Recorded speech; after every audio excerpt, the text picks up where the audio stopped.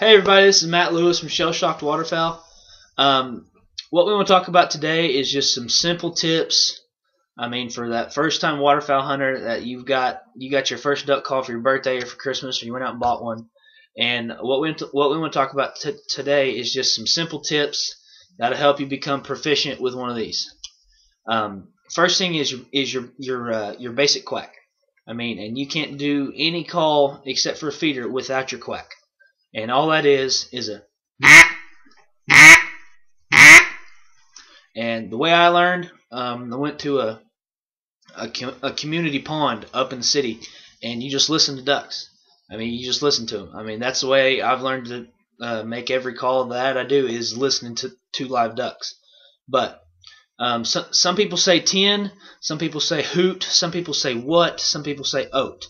It's just whatever works for you. Oh, and then some people know what it needs to sound like, and they know it, and they just blow into their call accordingly. But all it is one air or one breath held up from your gut, and you just let it out. No air in your cheeks, no movement down here. It's just.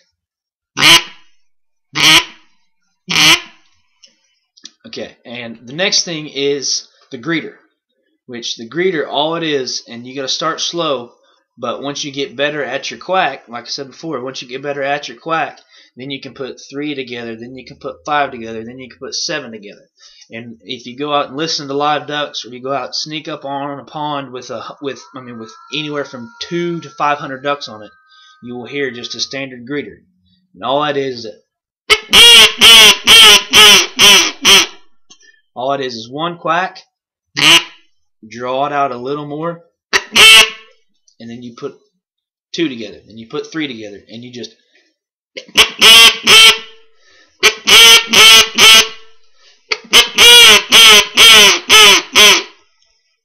Now, what a bunch of people do is they hold that breath in their mouth and in their throat, and they use their tongue, and this is your lips, and they use their tongue and just.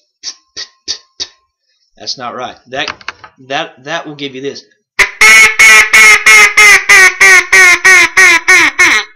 That doesn't sound right.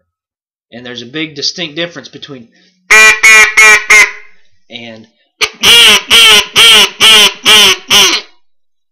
what it is your tongue hits the roof of your mouth and it cuts your air off. And once it cuts your air off, you start with the next one and the next one, so it sounds. It's got a certain rhythm to it. It's not just a top top top top. It actually has that real duck, that bow bow bow bow, has that duck sound to it. So that's your quack, which is. There's your greeter, which. And one call that we use a lot is the hail call and the comeback call, which you can learn either one. They're basically the exact same call. One's to get ducks' attention, and that's the hail call, and then the comeback call is what you use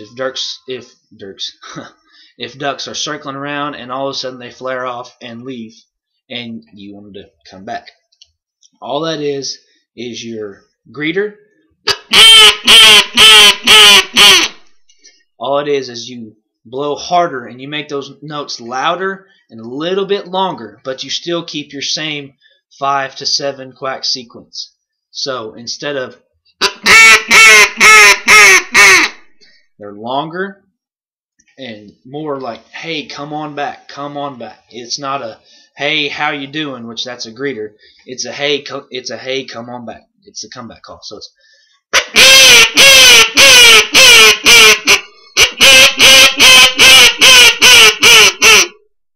So all that is your same 5 to 7 quacks, and you just draw it out a little bit longer, and it's just.